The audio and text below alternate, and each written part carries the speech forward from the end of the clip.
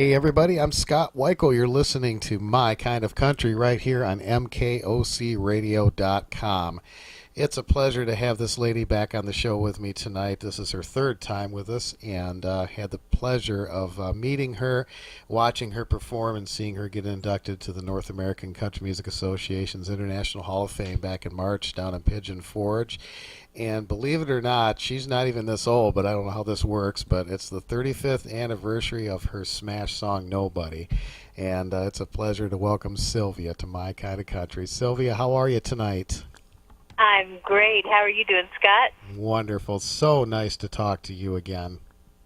Well, same here. I'm glad we could get together soon again. You bet. We had so much fun in Pigeon Forge, and congratulations on your Hall of Fame induction.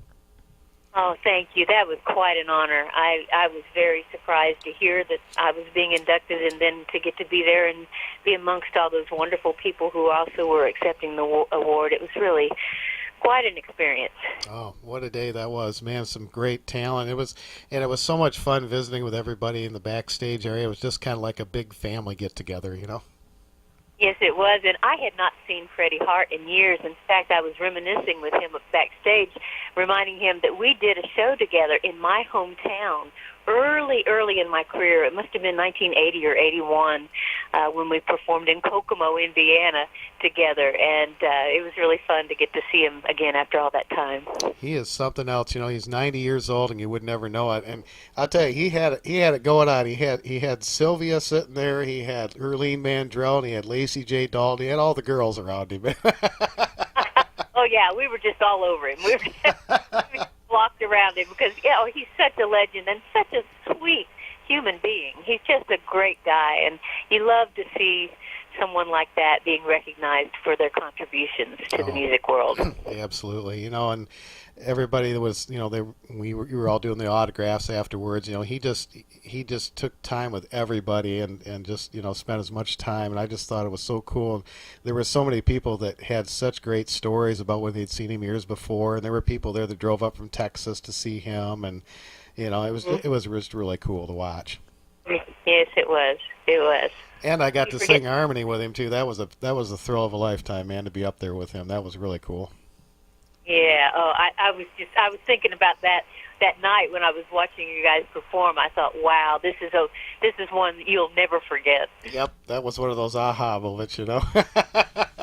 It sure was. I'm sure it was. And it was a thrill to meet you too. And the cool thing was, when we were out, there was kind of like this backstage area, folks, and there was like this other little place where they had food and stuff. And I was talking to somebody. I remember that, Sylvia, you turned around and you said, "I know who you are because I recognize your voice." That's right. You have a very recognizable voice. That was cool. And it was so cool just to meet everybody. We had so much fun. Well, Nobody, it's the 35th anniversary. It's just hard to believe. It's hard to wrap my head around that, but man, what a landmark.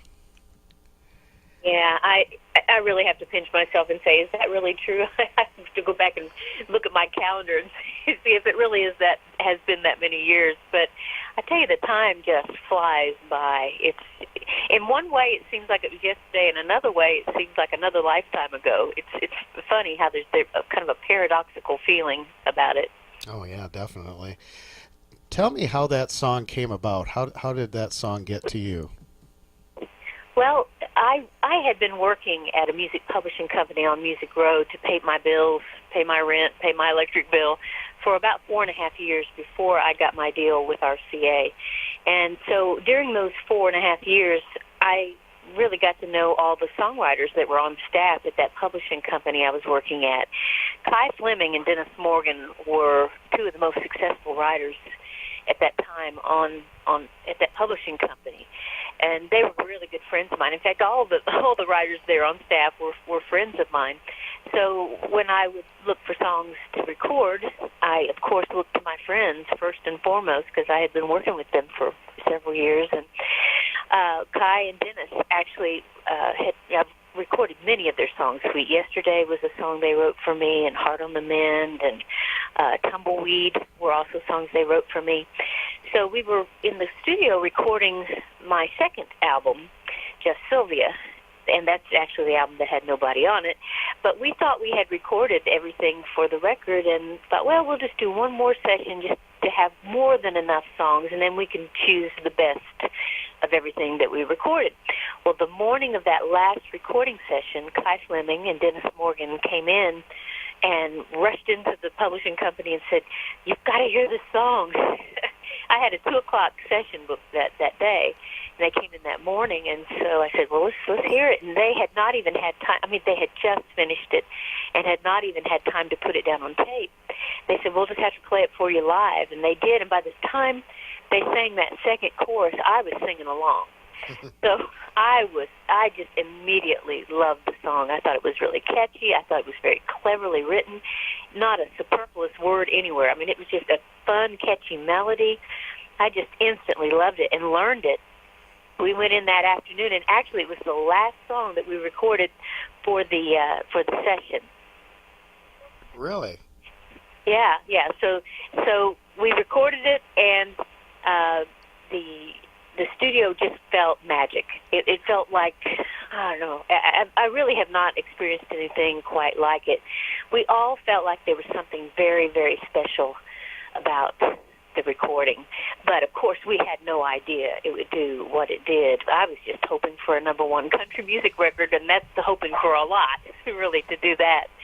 But it really surpassed everybody's expectations. Yeah, it certainly did. It was a smash #1. It won you a gold record, a Grammy nomination, and after all these years, it's a very catchy song, and everybody knows it and sings along with it. You just gravitate towards it, and the play on the words, making the nobody an actual noun. It's really just a really cool play on words, and it's a timeless song. Oh, well, thanks. I tell you, I feel very blessed to have gotten that song because, Tom Collins, my producer at that time, was producing Ronnie Millsap and Steve Wariner and Barbara Mandrell and other artists, and so I think the timing of it was just perfect. And, I'm sure one of those other artists could have recorded it, but there just seemed something so right that it was a good fit for my voice, and it just came along just at the perfect time for me to record it. Oh, absolutely. And, you still sing so well. You've got such a beautiful voice, and when we listened to you in Pigeon Forge, you could just close your eyes and you were right back at that time.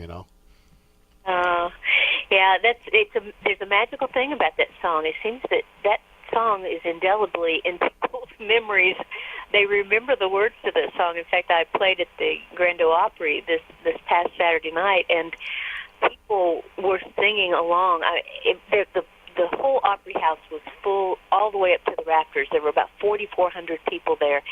And when I turned the microphone out on that last chorus to the audience, you could just hear everyone in there singing. It was like a sound like I will never forget. Wow. It's amazing.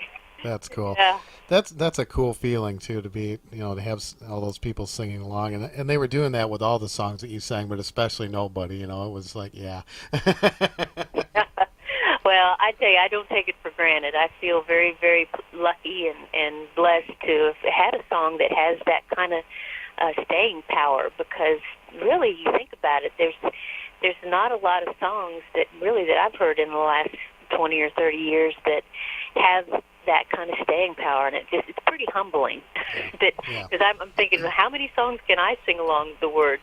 Probably more than I know, but I just feel really it's quite a special thing to have gotten to sing that song. Oh, absolutely. A lot of your songs are that way. I absolutely love Drifter. I always thought that kind of had like a Western feel to it, with the Jordanaires singing in the background, and just neat song. I always loved that one. I was glad you did that one too. Yeah, I love Drifter. So, it's been really a beautiful thing after all these years. And having taken a break for a few years from touring full time, I've taken a break in the last few years to work as a life and career coach, and I'm actually still doing that as I get back on the road. There's a lot of the work I do with people in the coaching realm is by phone, so I'm able to do it pretty much anywhere where I go. Well, it's been nice to come back to the music and come back at it fresh, and just not be in a rut with singing the songs night after night, year after year. It's like to take a break and to come back. It's like meeting up with old friends and you're reacquainting yourself and going, oh yeah, I remember seeing it. And it's so fun. I'm having just the time of my life getting back out there on the road, doing shows, and hopefully I'll be out on the road a lot more toward the end of the year and into next year. I just signed with a new booking agency called Artist Live. Derek Brown is my agent, and so I hope to be doing a lot more shows on the road in the coming year. Outstanding. And folks, you can go to sylviamusic.com and catch up with Sylvia with all of her tour dates there. And, of course, order her latest album, It's All in the Family, which we've done a feature on before, and it's just a tremendously wonderful album. We've talked about this before, and the songs on there. You know, I find myself going back and listening to this album quite a bit because I love the message, and you know, there's so many different wonderful things that people can relate to when you listen to this album. Oh, thank you. I appreciate that, Scott. It means a lot to me to hear that because, you know, as you go along as an artist, you hope that you feel this way about every new record, that it's the best record that you've made. But I think this record, in so many ways, is such a current reflection of where I am in life and my perspective on things. In my early days of recording, I was really lucky to get some great songs that were written by other artists. And I think as I grow older, I find that I feel like I have something to say musically, not just to sing other people's songs, but actually to do more writing. And this new record, It's All in the Family, as you know, 9 of the 12 songs I'm a co-writer on, which it's been a very different experience to be involved in that way, so that the music that I'm singing really is a reflection of my perspective on my life, on life in general, on relationships. So I feel like when people listen to this record, they're going to get a sense of who I am. But not only, it's not really just about me. It's about, I think, all of the fans that loved my music back in the 80s, I think they're really going to love this record because we've all grown up. We all have a different perspective probably on life than we did 30 years ago. So I'm anxious and eager for people to hear this record, and hopefully it will feel personal to them as well. Oh, I definitely agree with that, and I get a lot of requests from my listeners, and I'm sure it was a very therapeutic album for you to do, and it's a very unique thing to be able to write songs and perform them and get that personal. You know, and it really, you've made that really shine through with this album. Thank you, Scott. I had a great time writing it. And like you said, it was cathartic. It helped me see more clearly where I am and what I think about things. I think writing can be whether it's songs or any kind of writing, gives you clarity about where you are in life and what you think, because we've all got thoughts and feelings, you know, bumping around inside of us, but until we write them down, we really don't have the clarity. That's at least my experience. In writing this music, I feel like I have a clarity and a more sense of groundedness. So it was really helpful on a lot of levels for me to have been a part of this record in that deeper sense. Musical therapy. Yeah. Well, there's a couple of things I want to go back and ask you about. I've come across since we've talked last time, and that I didn't know, and I was curious to ask you about. You did a holiday gourmet cook show on TNN, and I remember that, and I just read something recently about it. Tell me a little bit about that. Well, that was back when TNN stood for the Nashville Network. Yeah. And yeah. I really miss that network, actually. Me too. But I was a host of a television show called Holiday Gourmet on TNN for 2 seasons. I think it was 88 and 89 or 89 and 90, somewhere in there. It was a holiday show in that they didn't come on every week. So there would be a show around Thanksgiving and a show at Christmas and a show during the 4th of July, Independence Day. It was just holiday driven, Easter.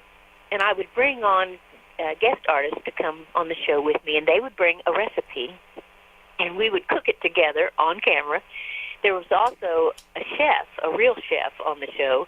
His name was Chef Tell, and so there was cooking, but it wasn't like a heavy duty, real serious cooking show. It was more like sharing stories while you cook in the kitchen with your friends, and I loved that. And there was performing. I would always sing a song. My guests, I think, would sing a song. So there was it was a kind of a musical variety cooking show.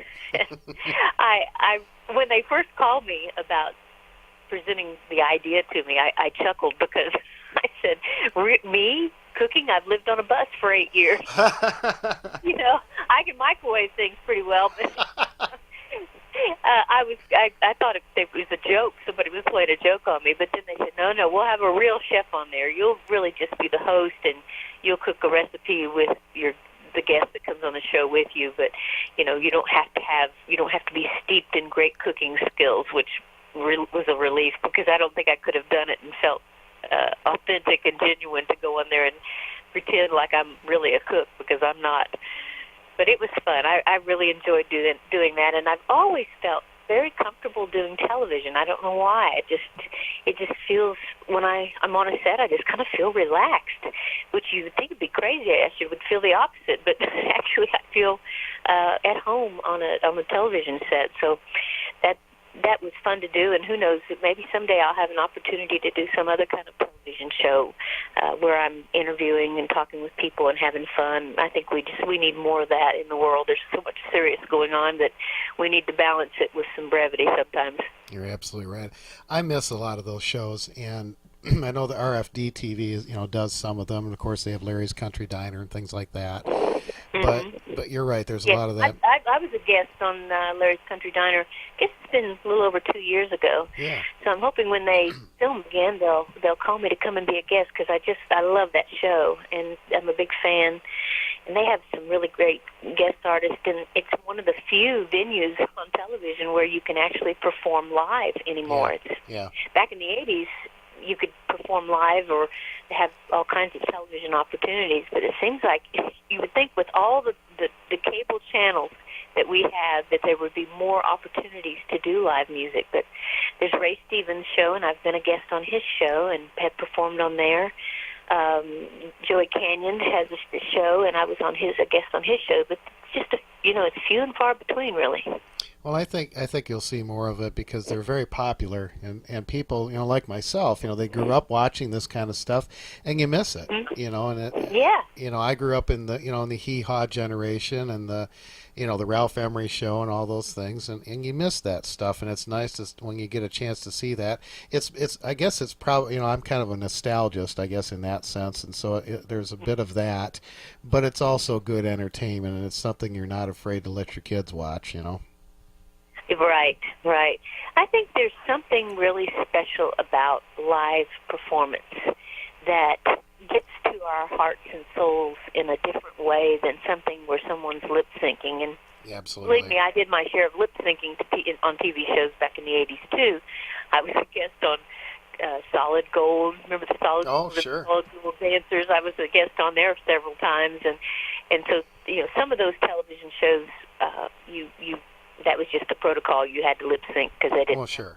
They weren't set up to do live. But I would love to do more of that. And like you, I think we need it. I think our grandparents and great grandparents era, they would sit around on their front porch or in their living rooms, in their parlors, they would call them then, and play music after dinner. And that music, live music, was a part of our lives in a much more present way, I think, than we have it now, because we have technology where we can play music, which back not too many years ago people couldn't really. They had to make their own music. That's right.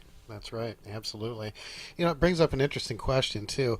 How is it different marketing your music today, as without a lot of these different mediums? But of course we do have the internet. How is it different today marketing your music than it was back then?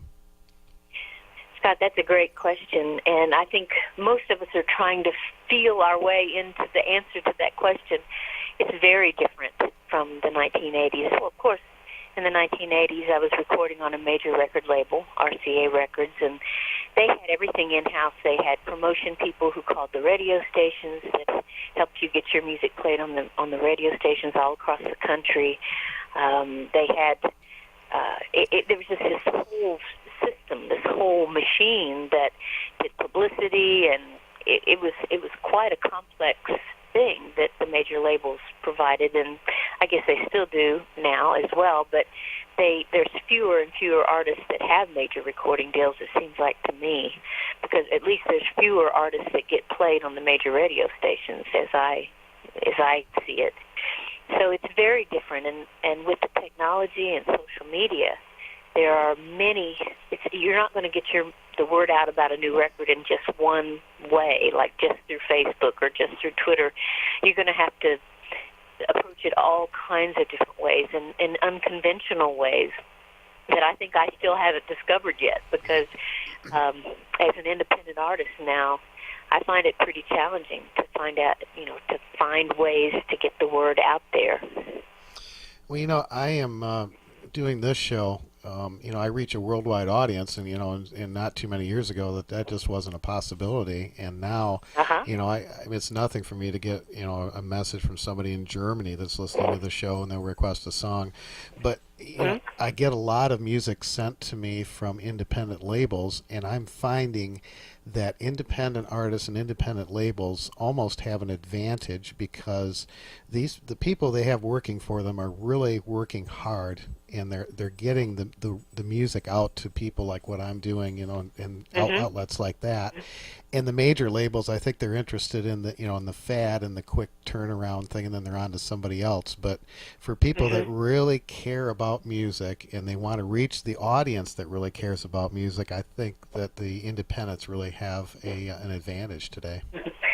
Yes, I agree with you, and I'm really lucky to be working with Webster PR. They're the publicity company that I'm working with. They're doing a great job of connecting me with people like you and stations all across the country that primarily play classic country music, but then there's the whole realm of internet radio and all kinds of other, and they're on to that, and so you have to, and I'm really happy to be working with people that have the capability to get the word out in that wider way. And I really appreciate you and appreciate that your program goes out and has a worldwide audience, because I really believe that this music will be really accessible and likable to people in Europe. I would love to go and tour in Europe. I've done very little touring. I've toured in Switzerland back in the late 90s, and I've done some things in Germany, been to England a couple times, but I really would love to do more overseas. So I'm just putting that vibe out there to see what comes back. You got the right listeners here, and we get so many listeners from overseas. It's just amazing. And it was nice to be able to meet Kurt Webster in person down there in Pigeon Forge, and Webster, without a doubt, is my number one contact for doing interviews, and we stay in constant contact. They're always sending me the latest releases, they're scheduling the interviews, and they're so great to work with, and it's just been a wonderful partnership with them, and I thank them for that. Yeah, me too. Well, I wanted to ask you one other thing about, and this again is going back, and something else I didn't know about you, but you had auditioned for the role of Daisy Duke for the Dukes of Hazzard.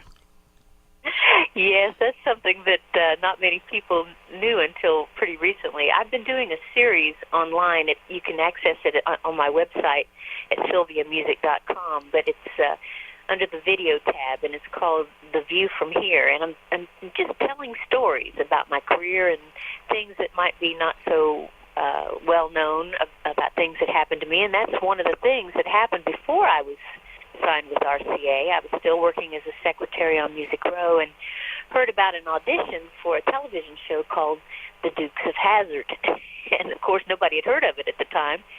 So I went down with a lot of other people and auditioned, read for the part of the character Daisy Duke. Well, it turns out that a few days later I get a call and they'd like for me to come back and read again. So I came back and read again. And a few days later they called me to come back a third time when the producers of the show were in Nashville. And so I actually read for the part 3 different times, and they had narrowed it down people. And, of course, Catherine Bach was the one who ultimately got the role. But it was a great experience for me. And I look and think, oh, I'm so grateful that I did not get the role of Daisy Duke, because I would not have looked good in a pair of shorts, not nearly as good as Catherine Bach looked. And so, you look back on your life and you think, oh my goodness, if my life had taken that trajectory, things would be so, so different now. And it makes me very grateful to have had the experience, but that I did not get it. Yep, things work out for a reason. There's no doubt about it. And obviously, I've been looking at your website. That's where I got all these things from. And it is. Folks, check it out, because there's a great story about you performing for President Reagan, and a lot of great things on sylviamusic.com. And I invite everybody. And, of course, Sylvia's on Facebook and Twitter and Instagram. And please go there and follow her music and go see her in concert when you have a chance. And it's just wonderful. And please pick up her album, It's All in the Family. It is just a wonderful album, and I always recommend this to my listeners with albums like this. In the days where you can go in and download a certain track, get the whole album, because it really takes you on a nice little musical journey. And if you want to know more about Sylvia, this is the album to listen to. Oh, thanks, Scott. I appreciate that recommendation. Hey, and I will be in Gatlinburg doing this show on August 19th. At 4 o'clock in the afternoon. That's Eastern Time, and it's during the Smoky Mountain Songwriters Festival. This is their 6th annual, and I'm looking forward to performing there very soon. Wonderful. That's a beautiful area down there. And, of course, that information is on the website. Check that out, folks. Sylvia, as always, it's a true pleasure to talk to you, and I just I think the world of you, and I want to thank you so much for taking time to come back on my show. Oh, you are so welcome. It's always a pleasure talking with you, Scott. Folks, we're going to play a little treat for you here. I have the recording from the NACMA Hall of Fame inductions in Pigeon Forge back in March, and I'm going to play you Sylvia's performance in its entirety right now, so you get to hear her come out and sing her favorite hit songs and hear her be inducted into the Hall of Fame. So this is Sylvia live from Pigeon Forge. Sylvia, again, thank you so much for being on My Kind of Country. Oh, thank you, Scott.